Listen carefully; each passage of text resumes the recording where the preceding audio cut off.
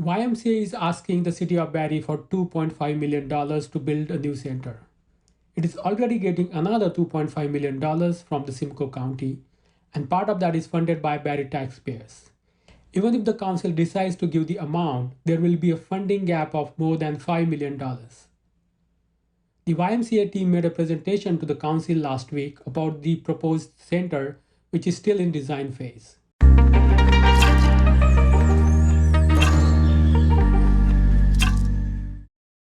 Next presentation, of course, is regarding the new YMCA in Barrie, building a center of community in our downtown. I believe with us tonight are both Jill Tetman, CEO, and there she is, of the YMCA of Simcoe Muskoka. We have Lynn Strawn, board chair, and as well, Brian Tamblin, capital campaign co-chair of the YMCA Simcoe Muskoka. As you mentioned, Mayor Lehman, my name is Lynn Strawn. I'm the chair of the YMCA Simcoe Muskoka Board of Directors, and I'm joined by Brian Tamlin, who is the co-chair of the 100 Reasons Why campaign, Jill Tetman, our president and CEO, and Christian Schreiner from Martin Simmons Architects. Before we get into our presentation, I'd like to begin by thanking everyone here this evening for opening the door to us to explore the possibility of a YMCA on the property adjacent to the downtown library branch. You've already shown your support by making this property available to us. Thank you. As you can see by the image on the slide, we have been working hard to envision a new Barrie Y at this location. The YMCA of Simcoe Muskoka is committed to building a new kind of Y to serve the people in Barrie, which Jill and Brian will talk to in more detail throughout the presentation. With our partners, including Youth Haven, RVH, and others, we are building a community hub in the heart of our downtown where everyone can belong and everyone can thrive. Barrie's population is expected to exceed 200,000 by the year 2030. And I certainly don't have to tell this group about all of the growth that's happening in the downtown core. This is the Y we need for the community that we want. And just for some background for you about the YMCA, the Y is one of the longest standing charities serving Barrie and the surrounding areas. And we are the largest provider of human services across Simcoe, Muskoka, and Parry Sound, and one of Simcoe County's largest employers with over 1,000 employees, and specifically one of the largest employers of youth in the region, providing hundreds of teens and young adults with their first job. We provide a wide range of services to support our community, including camps, outdoor education and leadership development opportunities, employment supports and services, health, fitness, and aquatics programming, licensed childcare and before and after school care, immigrant services, and supports for youth at risk. All of our programs are accessible, regardless of ability to pay, age, race, physical ability, or background. At the Y, we turn no one away, and in fact, provide financial assistance to 1 in 10 participants who are unable to pay for these programs. Research has shown that being engaged with YMCA programs and services not only increases general health, but also mental health and life satisfaction. As we come out of the pandemic, hopefully soon, this holistic approach to wellness and connectivity will be even more important. We need to bring people together in a place that is inclusive and safe. In this way, the Y is very much in the business of upstream health measures that support both the Barrie Health Accord and the city's community safety and well-being plan. The programs and partnerships within the new Barrie Y are designed to address some of the most critical issues facing our community. Barrie's urban growth node currently has no licensed childcare spaces within it. According to our health unit, adults in our community suffer from higher than provincial average rates of cancer and heart disease. Youth in Simcoe County experience lower levels of mental health than their peers across the province, and youth make up a disproportionate percentage of our homeless population. Finally, Simcoe County residents report having a lower sense of belonging and others across the province. And action is needed to reverse these trends in Barrie. For several years now, Y staff and volunteers have been working together to build a new downtown Y, because we believe that this is the area where the Y can have the greatest impact on our community. Building it in this location will allow us to expand the reach of our own programs as a Y, strengthen the impact of our partners, and support the city's vision for a downtown that is safe, vibrant, and welcoming for all. This new facility will be home to traditional Y programs, such as health, fitness, and aquatics, licensed childcare, day camps, and programs for youth and adults. Adults include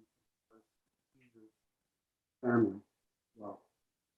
In addition, this building will provide space for the Y to offer new programs to support our community, often with programming partners. And I think this is one of the most exciting things about this program. The Y is committed to offering these programs where they are most needed in Barrie. That means building downtown. Partnerships are the key to this project. We'll have permanent space on site for RVH to deliver cardiac and cancer rehabilitation services, and for Youth Haven to provide transitional housing for youth. And that currently doesn't formally exist in Simcoe County. Y already has begun meeting with the public library to look for program synergies and opportunities to work together. We're going to build upon partnerships with the McLaren Arts Center, Jack's World, and there's a host of opportunities to develop new partnerships with groups like Georgian College and the city of Barrie. Finally, as Barrie continues to grow and diversify, there's an increasing need for public spaces for different communities to meet and celebrate their heritage. The Y's public meeting spaces within this facility could be ideal for this, and the Y is very open to meeting with Ethnic Mosaic Alliance if this facility can meet their needs, or at least complement their needs for a cultural center.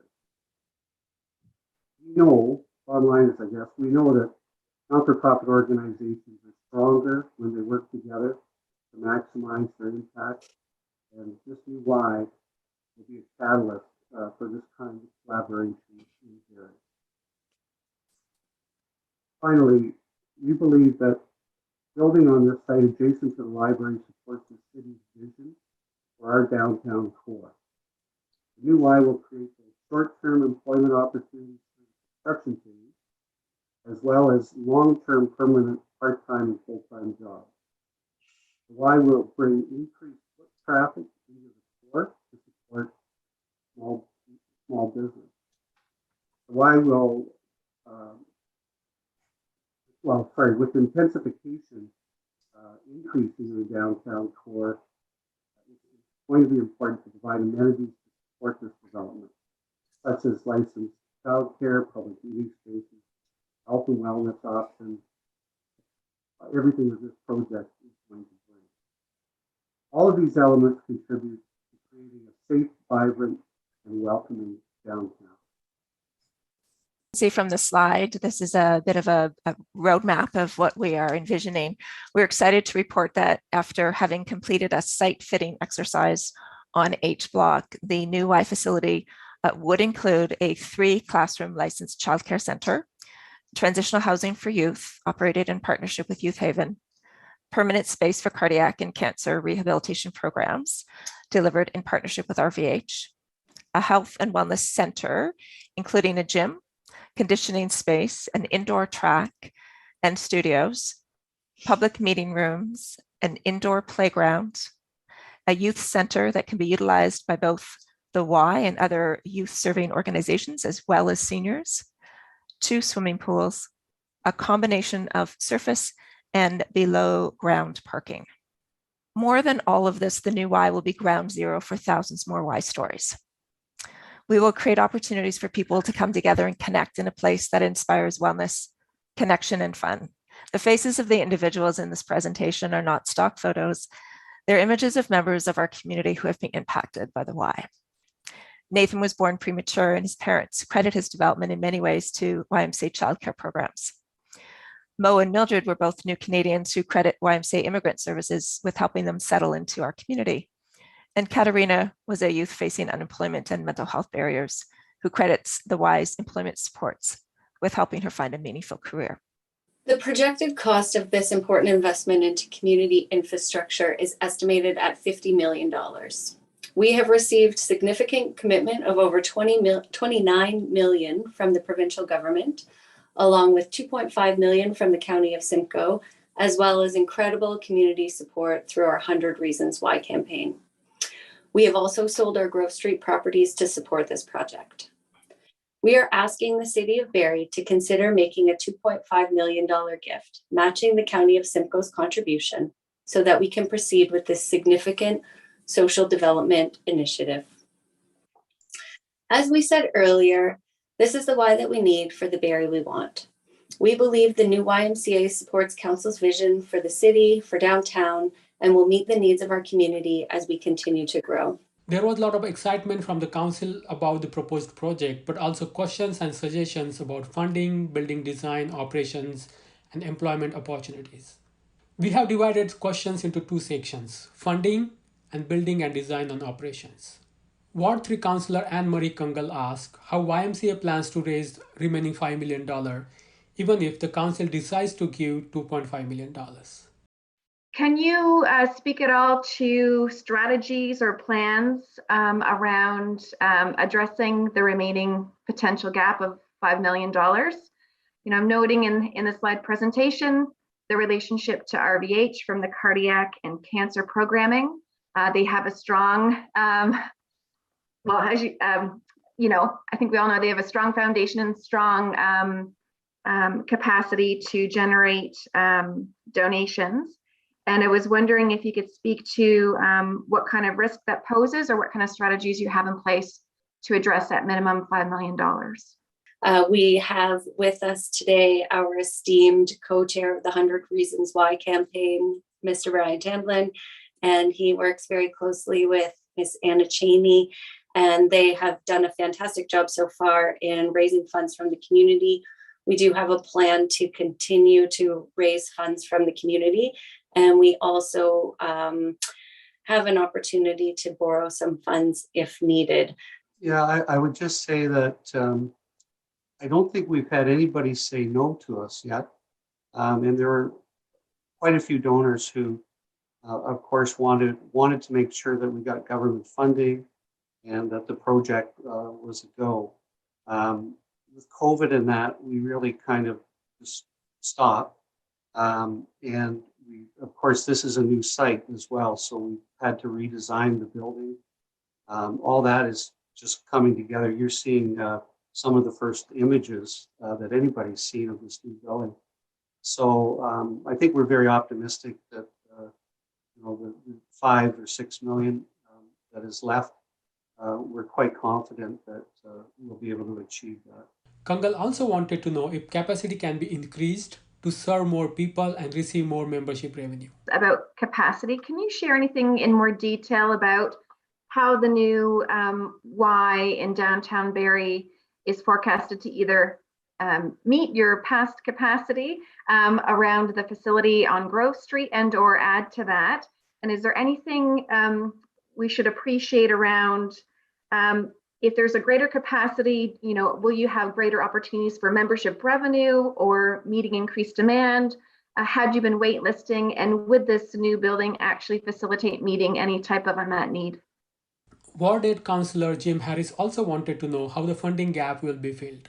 Down of the current financial commitments, is any of that related to funds that go towards providing housing? So that those units that will be traditional housing, is it 20 not any of those dollars related to that, or is there still funding opportunities that could be added that connect to funding for housing, homelessness, and those kind of things?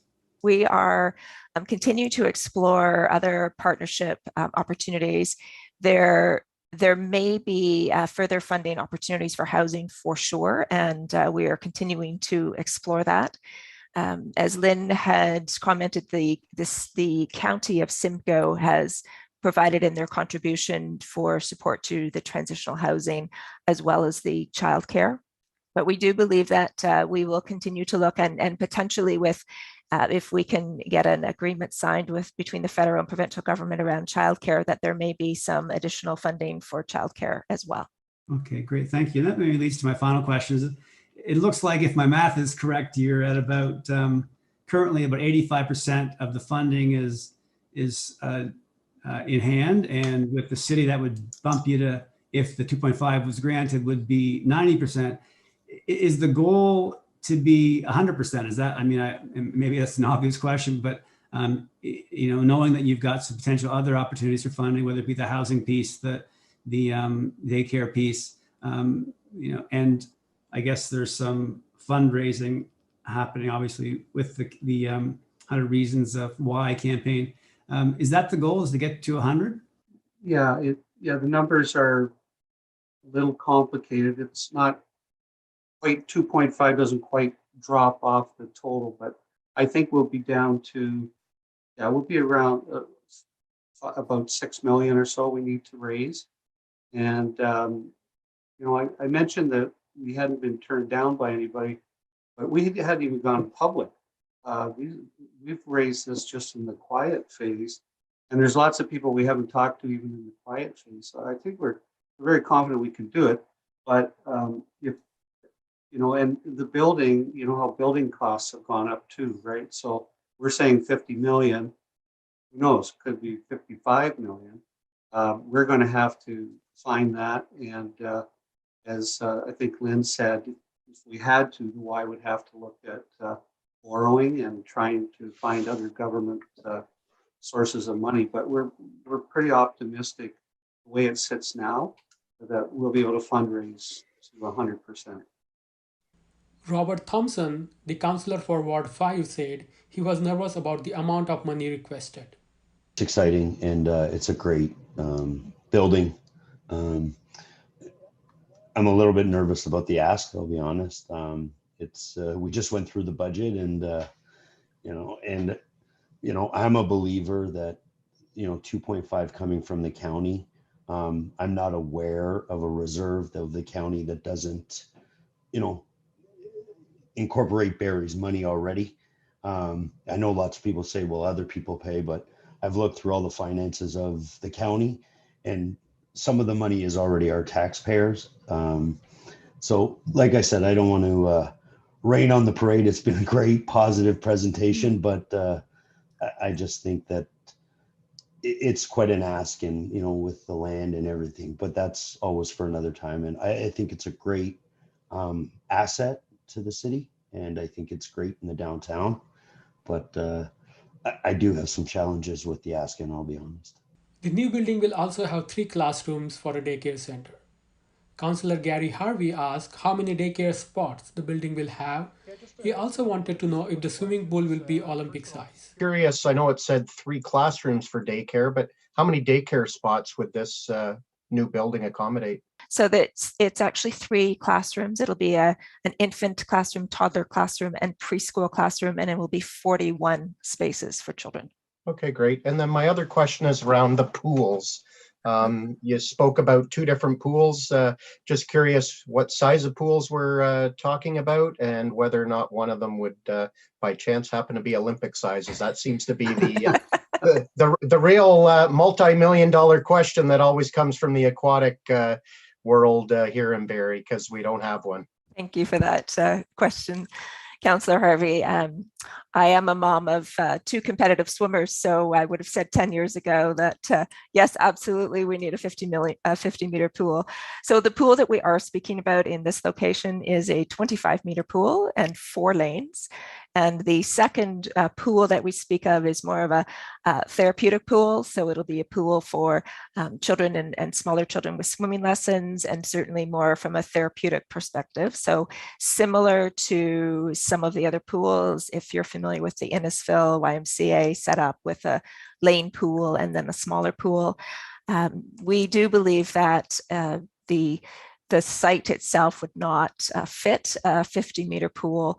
It's also operationally not sustainable for us to operate a 50-meter pool, unfortunately. Yeah, great. Thank you. That seems to be the big piece is the operational piece of it, because you're dealing with double the water capacity and the maintenance is obviously double or more.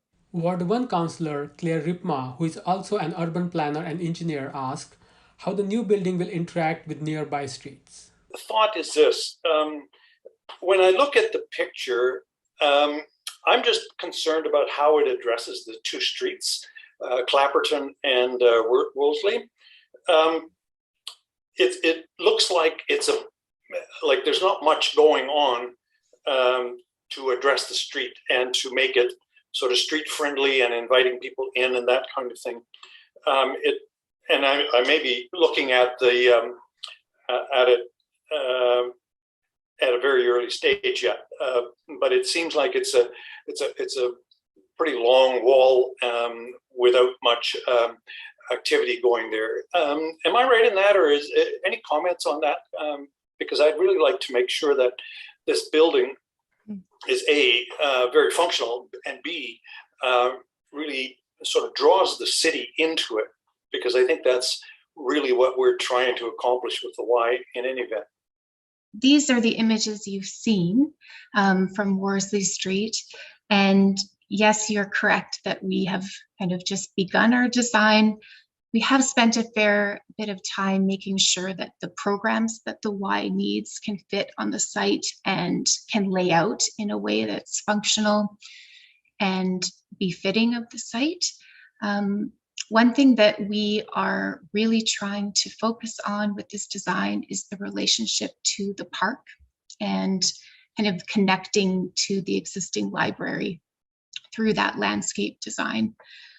So along Worsley Street, we envision the pool here really being a point of activation for the street. So glimpses into the pool area, as well as kind of integrated signage, and then really pulling back the entry to create a nice covered entrance that's extending and gesturing towards Worsley Street. And the other feature that we're really excited about is this kind of idea of a kind of threshold or indoor-outdoor space that is kind of adjoining the Y with the park, which you can see here along this extended canopy. So on the other side, which would be off McDonald Street, we would have a second entry here for drop-off and vehicular access. And this bar here, this is actually just canopy. So it's a green roof, it's a covered area for drop-off for the childcare, people waiting for rides, for example, from the Y. So the actual building footprint exists here. So that entry is also, I think, quite engaging, quite dramatic, reaching out towards McDonald Street and providing a kind of entry point to the park as well from the parking side. So I can pull up my model here. Are you able to see the 3D on my screen? Yeah, that's great. Okay, great. So here's kind of what I was talking about with the pool, which will be along Worsley Street. And, you know, I might just actually turn off the trees because I think it might help us navigate a little quicker.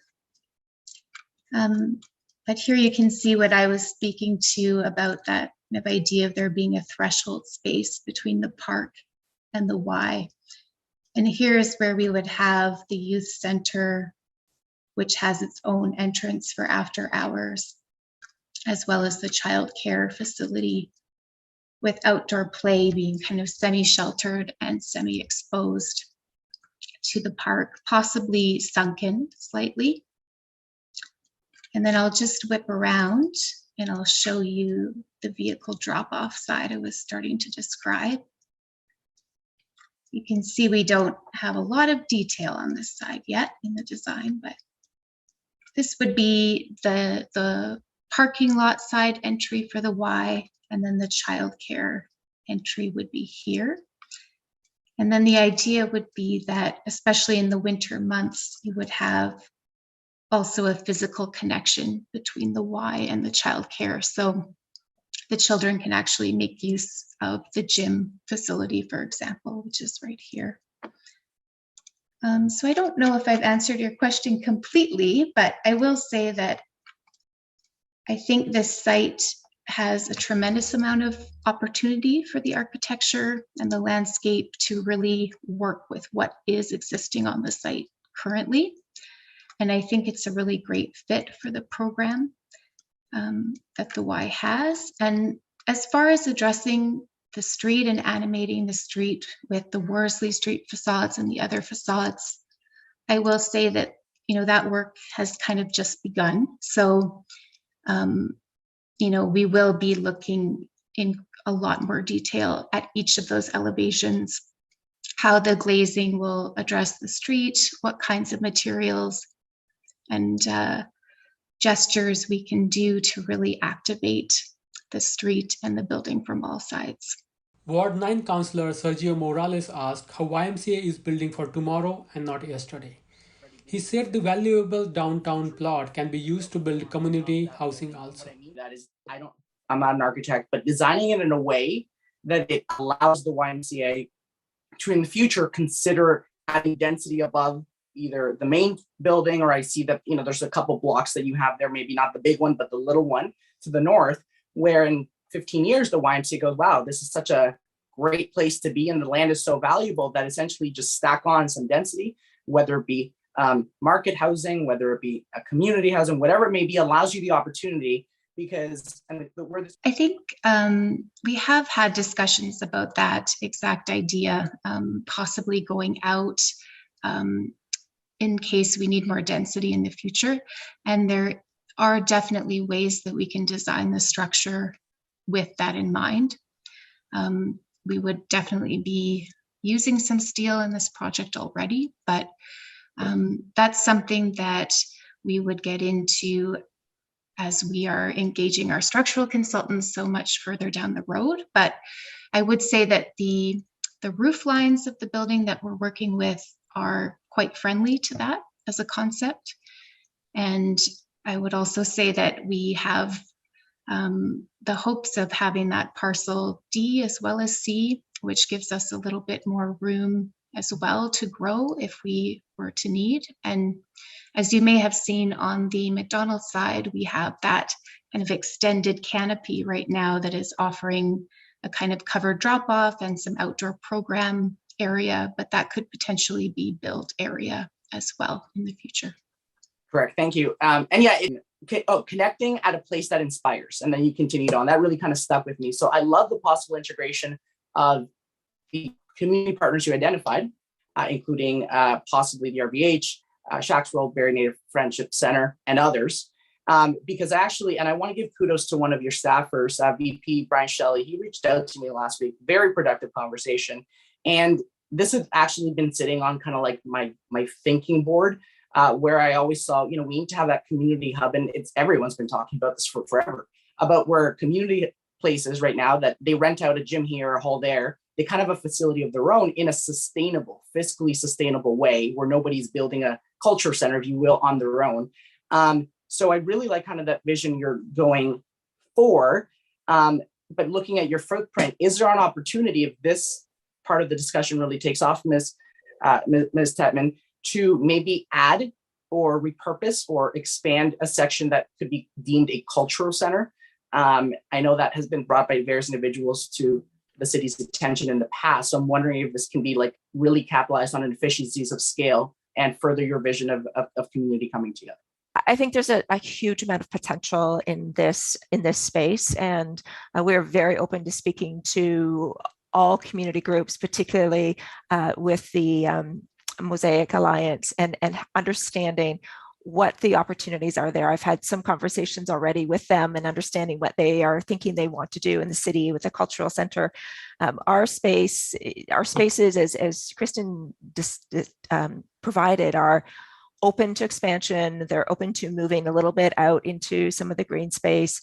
We can change some of the square footage pieces around a little bit.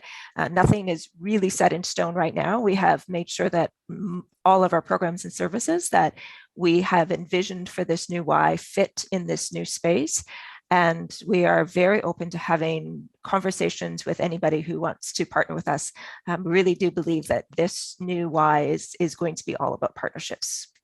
There are various minority associations in Barrie, such as Indian, Latino, and Filipino.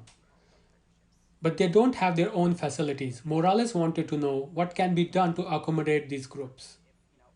People such as, and not limited to, the Barrie Indian Association, the Barrie Latino Association, the Filipino Association. There's so many groups, again, that they all would love some sort of building and center, but to heat it, to insure it, to build it, it's not happening. But again, the efficiencies of scale, and maybe that just means adding 10,000 to what you already have and making sure that everybody can coexist with the scheduling, I think would be, and now they're exposed to services they may not have even heard about. And, you get that synergy.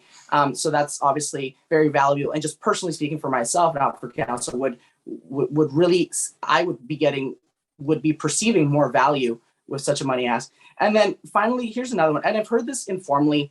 This is very anecdotally, and I've heard it informally throughout the years from people. Everybody loves the YMCA, right? The brand is ubiquitous with community. We love what you've done in the community so far. Again, the new urbanism principles that you've showed in what you have so far, great, pushing the buildings up to the road. So that's great. From a downtown perspective, more eyes on the street with that synergy of the library next door, again, home run. But something that has been said, and it's not critical, but that has been reflected to me anecdotally, is the fees. So if somebody wants to choose the YMCA over compatible rec space at the city, or even LA Fitness, or another one of those gyms anywhere in between the spectrum of service offering, that the YMCA fee isn't that competitive. Again, anecdotally and not formally. So as a result, usually it wouldn't be my business to comment on the operational model of an external organization.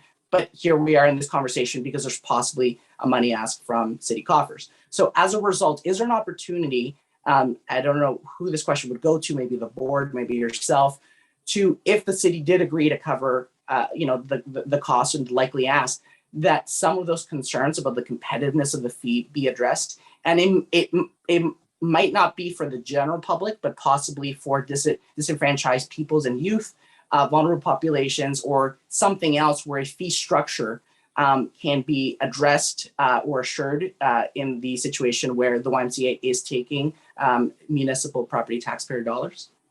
But of course, that is one of the strengths of the Y, is that they don't refuse people. They actually support just exactly those groups you just talked about, because they don't have a fee structure that is fixed in that way. Ms. Strawn, did you want to describe some of that?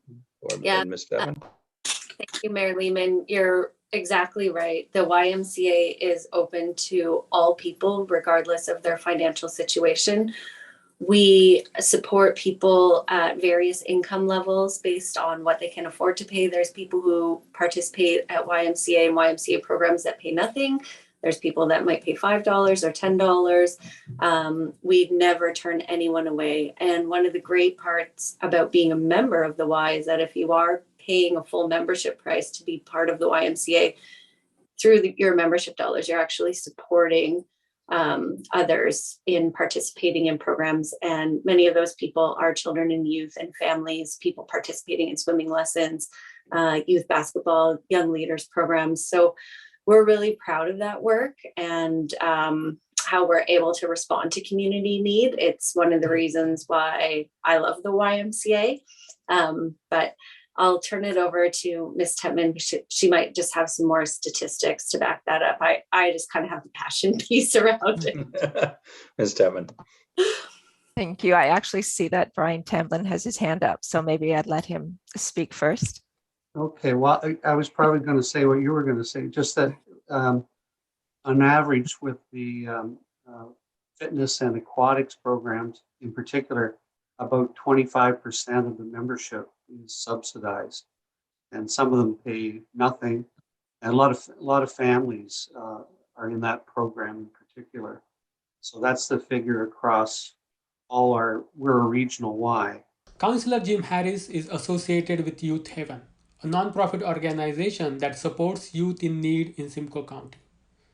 He asked how the partnership between YMCA and Youth Haven is working to provide housing. One of the items, the features of this project that interests me a great deal is the partnership with Youth Haven and the youth traditional housing. So disappointed that it wasn't spoken in more detail in the presentation and very cursory in the design discussion. I wonder if you, I don't know who the question would be to, maybe it's to Ms. Tetman, if you give me a bit more detail about the size of that program. Those of us in Barrie who understand the work that Youth Haven have done recognize that they've done a lot with very little for a long time.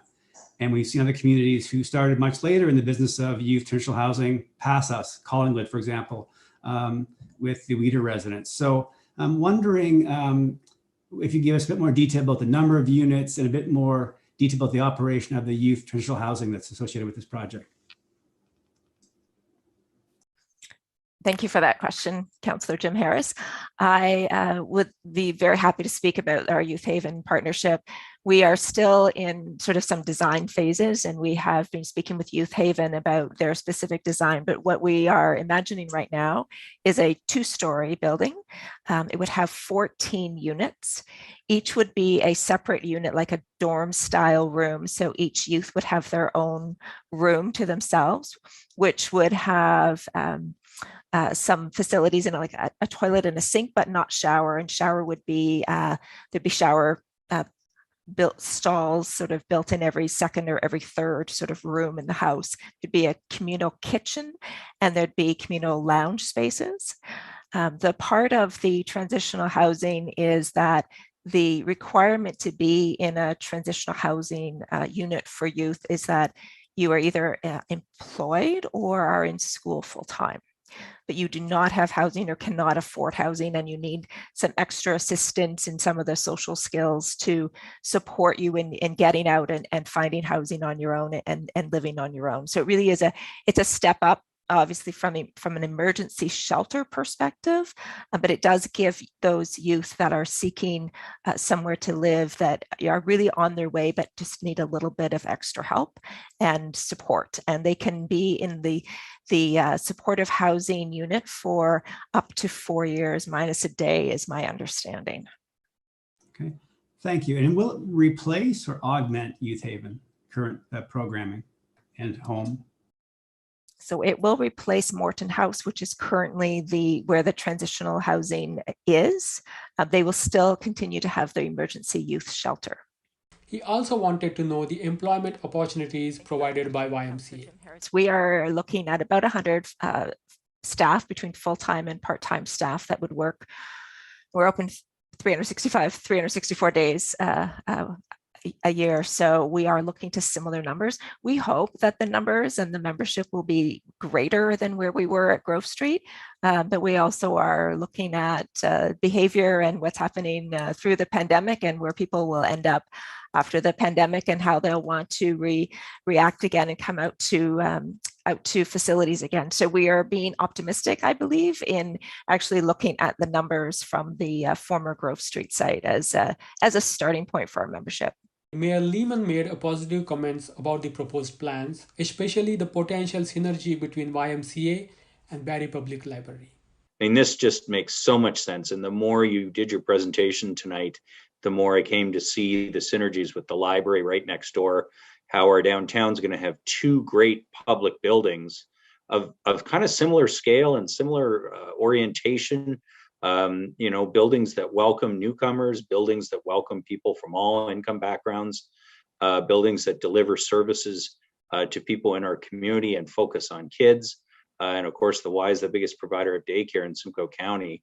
And I echo the compliments, Ms. Schreiner, on the design. And I'm sorry, I failed to introduce you. I think you're also an associate professor or professor at Waterloo in the School of Architecture, if I'm not mistaken. And I really do appreciate you being here to show us through the model and also outline the thinking behind the design. Because, you know, one of the odd pieces of this is we've got John Edwin Coop Park sort of sitting right beside the library, but it is an opportunity for a little urban green space that, you know, you can kind of get your arms around when it comes to kids using that space as for the childcare and for the WISE child and youth programming.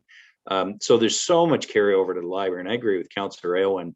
If there's ever been a moment to consider a door at the west end of the lobby of the library, somewhere around our community room or the office area, so that there's another pedestrian connection in, that's a great thing for us to think about after tonight. But all in all, thank you so much for answering all the questions, for giving us a view of the project, and my compliments as well to Brian for your work and your leadership on the capital campaign, and to Lynn for your leadership at the board level. And Jill, I know this has been two of the most difficult years for any nonprofit. I know it was extremely difficult to pivot with the shutdown of so many facilities and still try and, you guys were the only organization that put your hand up for childcare when the ask went out for first responders. And we really appreciate that. And all of the work you did during COVID to keep the organization, you know, alive and moving forward. And now to be back with us with this project in this condition is testament to what all three of you have done over the last 2 years. So thank you for that. That was the update about the proposed YMCA Center near Barrie Public Library in downtown. Thank you for watching. See you next time.